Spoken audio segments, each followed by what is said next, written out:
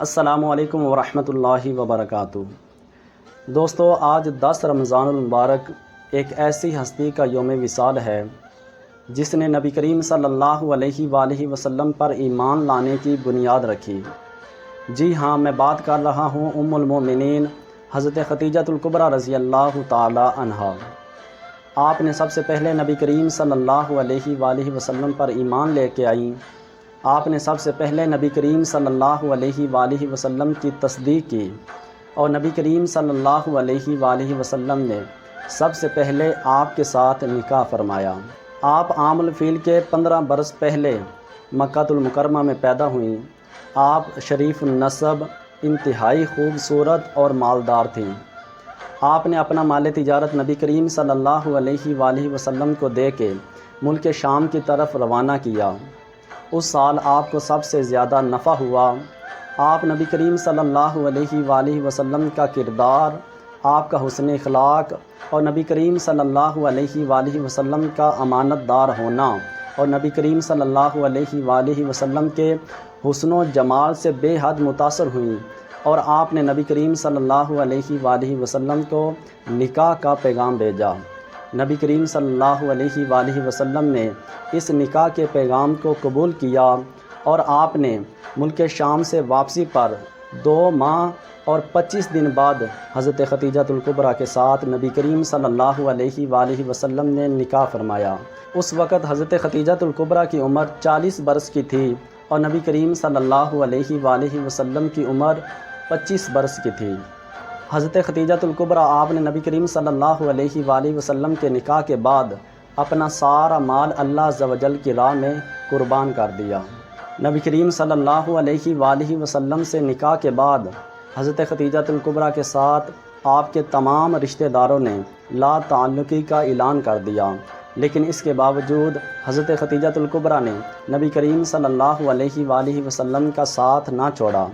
حضرت خدیجہ الکبریٰ کو کچھ ایسی خصوصیات حاصل ہیں جو نبی کریم صلی اللہ علیہ وآلہ وسلم کی باقی ازواج کو حاصل نہیں۔ نبی کریم صلی اللہ علیہ وآلہ وسلم کے نکاح میں جب تک حضرت خدیجہ الکبریٰ رہی، نبی کریم صلی اللہ علیہ وآلہ وسلم نے دوسرا نکاح نہیں کیا۔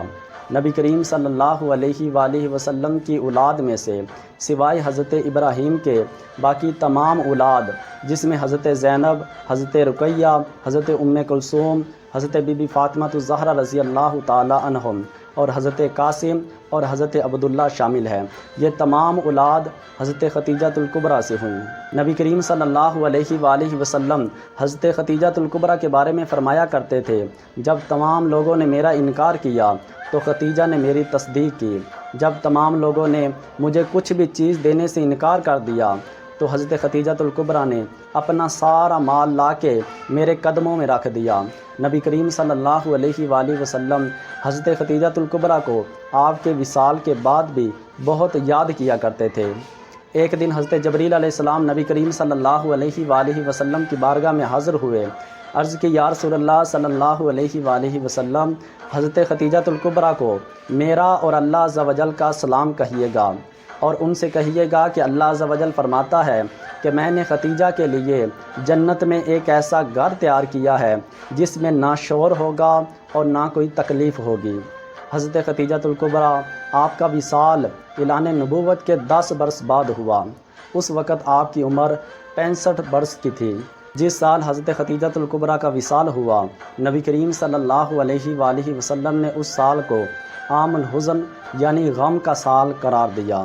نادار قبیلوں میں تیرے گھر کی عطا ہے، نادار قبیلوں میں تیرے گھر کی عطا ہے، جس گھر میں دیا جلتا ہے تیرے گھر کا دیا ہے، اور بی بی تیری مدحت میں یہی لفظ بڑا ہے، بی بی تیری مدحت میں یہی لفظ بڑا ہے، حشر میں جنت کی اگر کہیں بات چلے گی، حشر میں کہیں جنت کی اگر بات چلے گی، زہرا کو بھی جنت تیرے قدموں سے ملے گی، زہرا کو بھی جنت تیرے قدموں سے ملے گی۔